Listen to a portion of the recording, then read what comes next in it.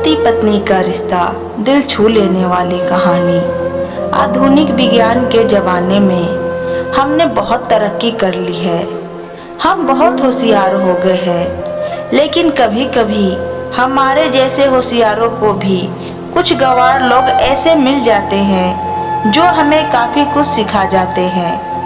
बस अभी 1 महीने पहले की तो बात है, घर के पिछले भाग में मिट्टी डालने का और प्लांट्स लगाने का काम रमन और कला इन पति पत्नी के जोड़ों को दिया था। पहले दिन दोनों आए, दोनों ने खूब अच्छा काम किया। दूसरे दिन सिर्फ रमन आया, शायद कला बीमार होगी। उस दिन दोपहर में मेरे साथ खाना खाने के लिए मैंने रमन को बहुत आग्रह किया। कई बार उससे कहा कि मेरे साथ खाना खा लो, लेकिन वह माना ही नहीं। वह बोला कला नाराज हो जाएगी। मैं बोला अरे रमन, तुम कितना डरते हो अपनी बीवी से। वह बोला मैं नहीं डरता साहब, कदर करता हूँ उसकी, सम्मान करता हूँ उसका। मुझे उसके शब्दों पर हंसना आ गया। मैं उससे कहा अरे क्या रखा है उसमें, ना रंग है ना रूप है, फिर क्यों इतना उसके पीछे पीछे भागता है। वह बोला कोई फर्क नहीं पड़ता साहब, रंग हो या ना हो, रूप हो या ना हो, लेकिन फिर भी वह मुझे जग में सबसे प्यारी लगती है। मैं बोला तू तो पूरा जोरू का गुलाम लगता है, क्या तुझे अपनी पत्नी के अलावा बाकी रिश्ते महत्वपूर्ण नहीं लगते। उसने शांति से जवाब दिया साहब, माँ बाप तो भगवान होते हैं, तो उनकी पूजा करनी चाहिए। भाई बहन का रिश्ता तो जन्मजात होता है, और दोस्ती का नाता तो सिर्फ काम या मतलब के लिए होता है, और बाकी सारे संबंधी मतलब के लिए ही होते हैं। अब देखिए, जैसे कि आपका और मेरा नाता भी काम और पैसे का ही है, लेकिन साहब पत्नी हमारी कोई नज़दीकी रिश्तेदार तो होती नहीं है, फिर भी वह अपने सारे संबंधों को छोड़कर हमेशा के लिए हमारी हो जाती है, और हमारे हर सुख दुख में, हर दिन रात में, हर ऋतु में हमारा साथ देती है। आप मानो या ना मानो, पत्नी सिर्फ एक रिश्ता नहीं है, वो कई रिश्तों का भंडार है। जब वो हमारी हर इच्छा पूरी करती है, हमारी देखभाल करती है, हमको लाड लड़ाती है, तब वो किसी माँ की भूमिका निभा रही होती है।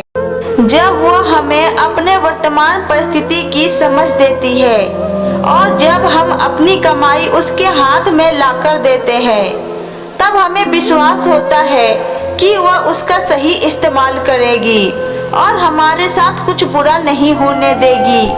तब वह एक बाप की भूमिका निभा रही होती है।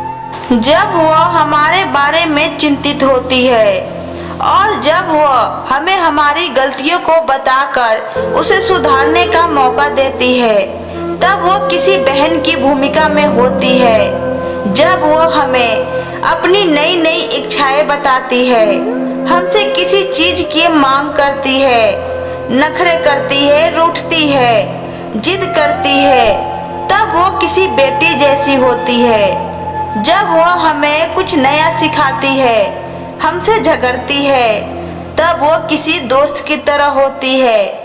जब वो हमारे घर की और हमारे रिश्तेदारों की सबकी जिम्मेदारी अपने सिर पर उठाती है, तब वो मालकिन होती है। सबसे जरूरी बात, जब वो सारी दुनिया को और यहाँ तक कि अपने बच्चों को भी छोड़कर जब वो हमारी बाहों में आती है, तो वो हमारी पत्नी, प्रेमिका, हमारी जान, हमारा श्वास बनती है। अब आप ही बताइए साहब, अगर मैं उसकी इज्जत करता हूँ, उसकी कदर करता हूँ, तो क्या मैं कोई गलत काम करता हूँ। और वैसे भी पत्नी सिर्फ अपने पति के लिए अपना घर छोड़कर अनजान घर आती है, और बाकी के रिश्ते तो परिस्थिति के हिसाब से निभा जाती है। देखिए साहब, मैं ज़्यादा पढ़ा लिखा तो नहीं हूँ, लेकिन जिंदगी में मुझे इतना जरूर सिखाया है कि रिश्तों का मतलब एक दूसरे की कमियों को पूरा करना होता है। नहीं तो अगर आप बिना कमियों वाले किसी इंसान को ढूंढने बैठेंगे तो जिंदगी भर अकेले रह जाओगे। साहब, बीबी अगर धरती बनकर इतना बोझ उठा सकती है, अपनी तपस्या की अग्नि में तप सकती है, तो पति को भी शांत और उतना ही बड़ा विशाल आसमान की तरह बनना पड़ेगा, जो उसे समय समय पर प्यार की बारिश से भिगाता रहे। ठीक है साहब, बहुत देर हो गई है, मैं जाता हूँ, कहकर रमन वहाँ से जाने लगा और मैं उसको पीछे से जाते हुए देखता रहा।